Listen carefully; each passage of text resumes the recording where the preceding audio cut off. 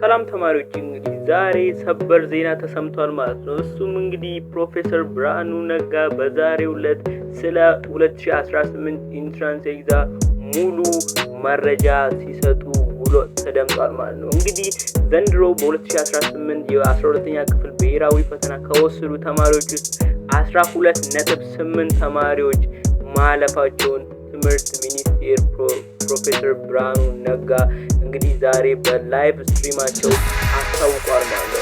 እንግዲህ ለፈተናው ከተቀመጡ 560,210 ተማሪዎች 70,544 ወይ ደግሞ 12.8 የሚሆኑ ማለፋቸው የትምህርት ሚኒስቴሩ ብርሃኑ ነጋ ለጋዜጠኞች እንግዲህ ገልጿል ማለት ነው። በዛሬው ዕለት በመላው ሀገሪቱ የመልቀቂያ ፈተና ከወሰዱ ውስጥ 88 ትምህርት ቤቶች 100% ሙሉ ተማሪውን ማሳለፋቸውን የተገለጸ ሲሆን 585 ትምህርት ቤቶች ደግሞ ምንም ተማሪ አለማሳለፋቸውን እንግዲህ ፕሮፌሰሩ ገልጿል ማለት ነው።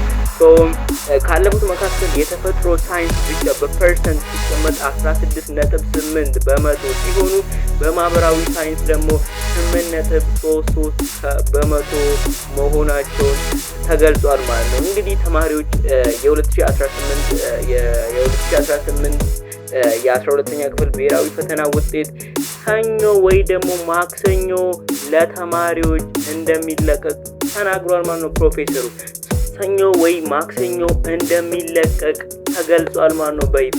እንግዲህ ተማሪዎች ሊንኩን ዲስክሪፕሽን ስራ አስቀምጥላችኋለሁ ማለት ነው። በዛ ሊንክ እየገባችሁ ሰኞ ወይ ደግሞ ማክሰኞ ከሁለቱ በአንደኛው ቀን እንደሚለቀቅ ተገልጿል ማለት ነው። ለምሳሌ እናንተ ሰኞ የሚለቀቅ ከሆነ እናሳውቃችኋለን ሰኞ ማለት ነው። በዚህ ዲስክሪፕሽን ቦክስ ላይ በምናስቀምጥላችሁ ሊንክ ገብታችሁ ማየት ምትችሉ ይሆናል ማለት ነው። እንግዲህ የዩኒቨርሲቲ አቀባበሉን ደግሞ መጀመሪያ ላይ አዲስ አበባ ዩኒቨርሲቲና የሳይንስ ቴክኖሎጂ ዩኒቨርሲቲዎች እነሱ ቅበላ ካደረጉ በኋላ ሌሎች ዩኒቨርሲቲም ቶሎ ጥሪ እንዲያደርጉ እየሰራ ነው ብሏል ማለት ነው። መስከረም 5 2019 ሁሉም ዩኒቨርሲቲዎች በሚባል ደረጃ ትምህርት እንደሚጀመርም ጭምር ገልጿል ማለት ነው።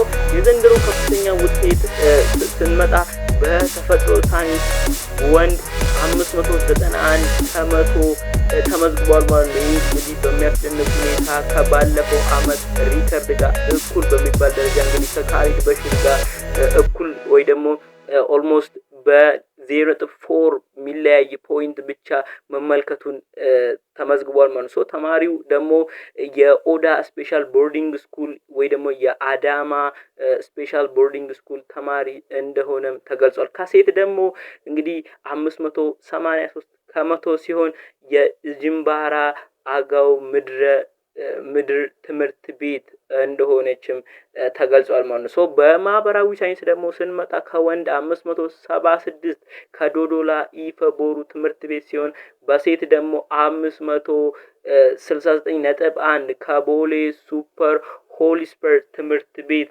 በሚባለው ትምህርት ቤት እንደተመዘገበ ገልጿል ማለት ነው። ተማሪዎች ከዚህ በኋላ በዚህ ቻናል የኢንትራንስ ኤግዛም የሪሜዲያል በተያያዘ በዚህ ቻናል ላይ ምንለቅላችሁ ይሆናል ማለት ነው። ይሄን ቻናል ላይክ፣ ሼር፣ ሰብስክራይብ እያደረጋችሁ የኢንትራንስ ኤግዛም የሚለቀቅበትን ሊንክ ደግሞ ቅድም እንዳልናችሁ ዲስክሪፕሽን ቦክስ ላይ በምናስቀምጥላችሁ ገብታችሁ ማየት ምትችሉ ይሆናል ማለት ነው። ይሄን ቻናል ላይክ፣ ሰብስክራይብ እያደረጋችሁ እንድትቆዩ እያልን ቸር ሰንብቱ።